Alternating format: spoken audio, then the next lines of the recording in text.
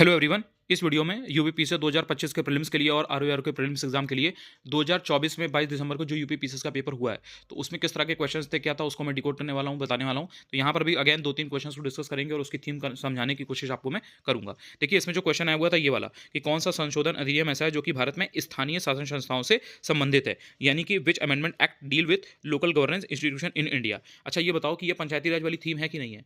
पंचायती राज institutions ये एक ऐसा टॉपिक है जिस जो आयोग का फेवरेट है, मतलब इतना फेवरेट है कि इस पर से ये दो दो तीन तीन क्वेश्चन पूछता है। कभी पंचायती राज रिलेटेड कमिटीज पूछ लेगा, कभी पंचायती राज लेवल के जो प्रोविजन है वो पूछ लेगा, कभी उसमें अशोक मेहता समिति की 1977 की रिकमेंडेशंस क्या है, सिफारिशें क्या है, वो पूछ लेगा। पंचायती राज का जो पंचायतों के इलेक्शन होते हैं, जो पंचायतों का चुनाव होता है, वो कौन करवाता है, कौन कंडक्ट करवाता है, किसके संचालन में होता है, वो पूछ लेता है। मतलब पंचायती राज इनका फेवरेट है। अब उससे रिलेटेड जो संशोधन हुए हैं, जो अधिनियम हुए हैं, संशोधन अधिनियम, कॉन्स्टिट्यूशनल अमेंडमेंट एक्ट, वो पूछ लेता है। सेम ये चीज़ आप देखो, ये पूछी गई है कि नहीं पूछी गई है। 73वां और 74वां जो संशोधन अधिनियम है, जो अमेंडमेंट एक्ट है, वही आपकी लोकल गवर्नेंस इंस्टीट्यूशन से डील करता है, उसी से ये रिलेटेड है। और कहीं ना कहीं ये क्वेश्चन आपसे पूछा गया था। एकदम रिपीटेड थीम है कि नहीं है, आप बताओ। अब ये क्वेश्चन जिसने गलत किया, मतलब वो पहले ही बार है, मतलब वो सीधे सीधे 10-20 हज़ार 30 हज़ार लोगों से पीछे एकदम से हुआ, क्योंकि ये ऑलमोस्ट हर कोई सही करता है। ये पहली बात तो रिपीटेड है। दूसरी चीज़ इतना ईजी और बेसिक है कि ये आपको हर सोर्स में मिलता है। घटना चक्र हो गया, ल्यूसेंट हो गया, हर जगह आपको ये आसानी से मिल जाता है। तो ये गलत करने वाली चीज़ नहीं होती है। इसके बाद जैसे ये वाला क्वेश्चन था, ये क्वेश्चन आप कह सकते हो कि ईजी भी था, टफ भी था, लेकिन ये थोड़ा सा आप कह लो कि यूपीपीसीएस के टाइप का क्वेश्चन नहीं था। मतलब ये थोड़ा सा अब यूपीपीसीएस ने इस टाइप के क्वेश्चन जो होते हैं ना, समझ वाले, अंडरस्टैंडिंग वाले, वो डालना शुरू कर दिया है। अब देखो, इसमें इन्होंने बेसिकली क्या किया था कि national intellectual property rights policy के बारे में दो स्टेटमेंट बना के दे दी थी। अब इन्होंने क्या बोला था इसमें कि जो राष्ट्रीय बौद्धिक संपदा अधिकार नीति है, उसके संदर्भ में दो स्टेटमेंट जो दी थी, उसमें ये कह रहे हैं कि यह जो दोहा विकास एजेंडा है और जो ट्रिप्स समझौता है, यानी कि जो ट्रिप्स एग्रीमेंट है और जो दोहा डेवलपमेंट एजेंडा है, उसके कमिटमेंट को, इंडिया की जो कमिटमेंट है, जो पॉलिसी है, उसको ये दर्शाता है, दिखाता है।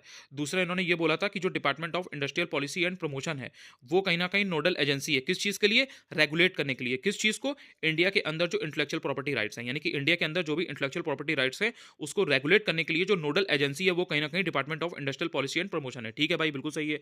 इसके अलावा इन्होंने ये भी बोला था कि जो national intellectual property rights policy है, ये कहीं ना कहीं रिट्रेट करती है, यानी कि जो कमिटमेंट है इंडिया की, उसको दिखाती है। किस चीज़ के लिए? दोहा डेवलपमेंट एजेंडे के लिए और ट्रिप्स एग्रीमेंट के लिए।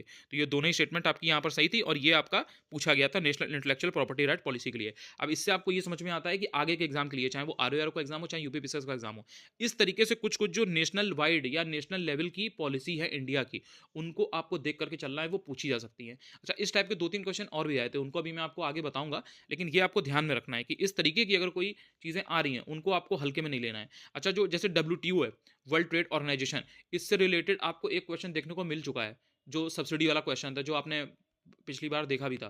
तो इस तरीके के क्वेश्चन चूंकि आते रहते हैं, जहां पर भी कभी ट्रिप्स एग्रीमेंट की बात हो, डब्ल्यूटीओ की बात हो, या सब्सिडी की बात हो, ग्रीन बॉक्स ब्लू बॉक्स की बात हो, आप उसको ध्यान से पढ़िए। चांसेस है कि वो आपसे पूछ लिया जाएगा। इसके ये लेकिन नया क्वेश्चन था, ठीक है, ये वाला क्वेश्चन रिपीटेड नहीं था, ये नया क्वेश्चन था। इसके बाद आपका आता है ये वाला क्वेश्चन, ठीक है। इसमें जो फातिमा बीवी है, उनकी हाल ही में डेथ हुई थी, तो उनको लेकर के तीन स्टेटमेंट दिए गए थे। कि वो पहला स्टेटमेंट दिया था कि वो भारत के सर्वोच्च न्यायालय की पहली महिला न्यायाधीश थी। फिर तीसरा स्टेटमेंट दिया गया था कि वह सुप्रीम कोर्ट तक पहुंचने वाली पहली मुस्लिम महिला थी। और जो दूसरा स्टेटमेंट है वो दिया गया था कि 1997 से 2001 तक वो केरल राज्य के गवर्नर के रूप में उन्होंने सर्विसेज दी थी। अब इसमें बेसिकली जो पहला और तीसरा स्टेटमेंट है वो सही था। एक तो वो पहली महिला न्यायाधीश थी, और जब पहली महिला न्यायाधीश होंगी तो वो भैया पहली मुस्लिम महिला भी हो जाएंगी। ठीक है, तो ये पहला और तीसरा जो है ये सही था, दूसरा वाला स्टेटमेंट गलत था। अब इसमें जो फातिमा बीवी जी के बारे में पूछा गया था, ये जो स्टेटमेंट है, ये थीम जो है ना, ये थोड़ा सा कहीं ना कहीं एक्सपेक्टेड थी। जिनके बारे में पूछा गया है वो रिपीटेड नहीं था, लेकिन जो थीम है वो रिपीटेड थी। कैसे? बताता हूं। 2023 का यूपीपीसीएस का पेपर खोल रहा हूं, और उसमें देखना कि उसमें पोप बेनेडिक्ट 16 के बारे में इसी तरीके से दो तीन स्टेटमेंट बना के क्वेश्चन पूछा गया था। उसके पहले अगर आप 2022 वाला पेपर देखोगे, तो उसमें आपको लता मंगेशकर जी के बारे में देखने को मिल जाएगा। उनका भी निधन हुआ था, और उनके बारे में भी दो तीन स्टेटमेंट बना के चीजें पूछी गई थी। तो ये आयोग की एक थीम है कि वो यूपीपीसीएस के पेपर में यूजुअली इस तरीके की जो इंपॉर्टेंट पर्सनैलिटी कोई रही होती हैं, स्पेशली अगर उसमें कोई विमेन है, या अगर मेन में भी हैं, लेकिन अगर बहुत पॉपुलर हैं और बहुत उन्होंने कुछ वर्ल्ड वाइड किया है कुछ, और उनका नाम रहा है न्यूज़ में, तो कहीं ना कहीं उनके बारे में दो तीन स्टेटमेंट बना के पूछता है। तो जैसे लता मंगेशकर जी के बारे में पूछा था, उसी तरीके से फातिमा बीवी जी के बारे में पूछा गया है। तो आपकी ये रिस्पॉन्सिबिलिटी बनती है, आपको इस तरह से समझ समझ के पढ़ना है कि जैसे मान लीजिए कि 50 लोगों की डेथ हुई है, 50 लोगों का स्वर्गवास हो रखा है। जब आपका एग्जाम देते हैं, उसके 6 महीने 8 महीने के दौरान, मतलब उसके पहले के टाइम में।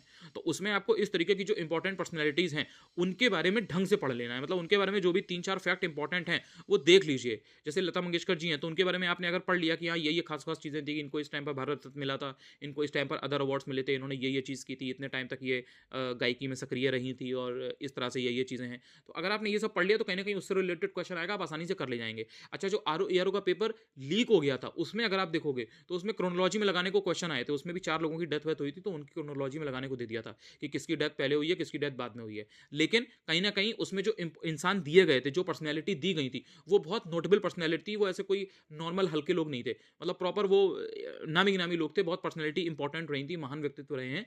कहीं न कहीं उन्होंने भारत के लिए या वर्ल्ड लेवल पे कुछ किया है। तो वही लोगों का आयोग ने पूछा था। तो ऐसी जो इंपॉर्टेंट पर्सनैलिटी है, कोई अगर ऐसा इंडिविजुअल है जिसकी हाल में डेथ हुई है, तो उसके बारे में आपको स्पेशली 2-3-4 फैक्ट जो मेन-मेन दिए हैं आपकी मैगज़ीन में या न्यूज़ में, उनको आपको पढ़ लेना होता है। तो ये थीम रिपीटेड थी। इसके बाद आप बात करते हो ये वाले क्वेश्चन की कि भारतीय संविधान की जो समवर्ती सूची है, यानी कि जो concurrent list of Indian constitution है, उसमें क्या-क्या आता है? तो उसमें आपका जो अडल्ट्रेशन ऑफ गुड्स है वो आ जाता है और आपका सक्सेशन आ जाता है। यानी कि समानों में मिलावट और उत्तराधिकारी, ये दोनों चीज़ें आपकी भारतीय संविधान की समवर्ती सूची में आ जाती हैं। अब ये जो कॉन्करेंट लिस्ट है, अगर आप ध्यान से, मतलब अगर आप 2017 से लेकर के 2023 तक के यूपी पीसीएस के पेपर को, प्रीलिम्स को एनालाइज़ करोगे, तो आप देखोगे कि जो संविधान की लिस्ट है, चाहे वो कॉन्करेंट लिस्ट हो, चाहे आपकी स्टेट वाली लिस्ट हो या फिर आपकी यूनियन लिस्ट हो, इनसे रिलेटेड चीज़ें पूछी जाती हैं, ठीक है? कौन सी लिस्ट में क्या है, एक तो ये भी, और उसमें कितने सब्जेक्ट्स हैं, कई बार तो ये पूछ लिया जाता है, ये भी पूछा गया है, एग्जैक्ट नंबर पूछा गया है।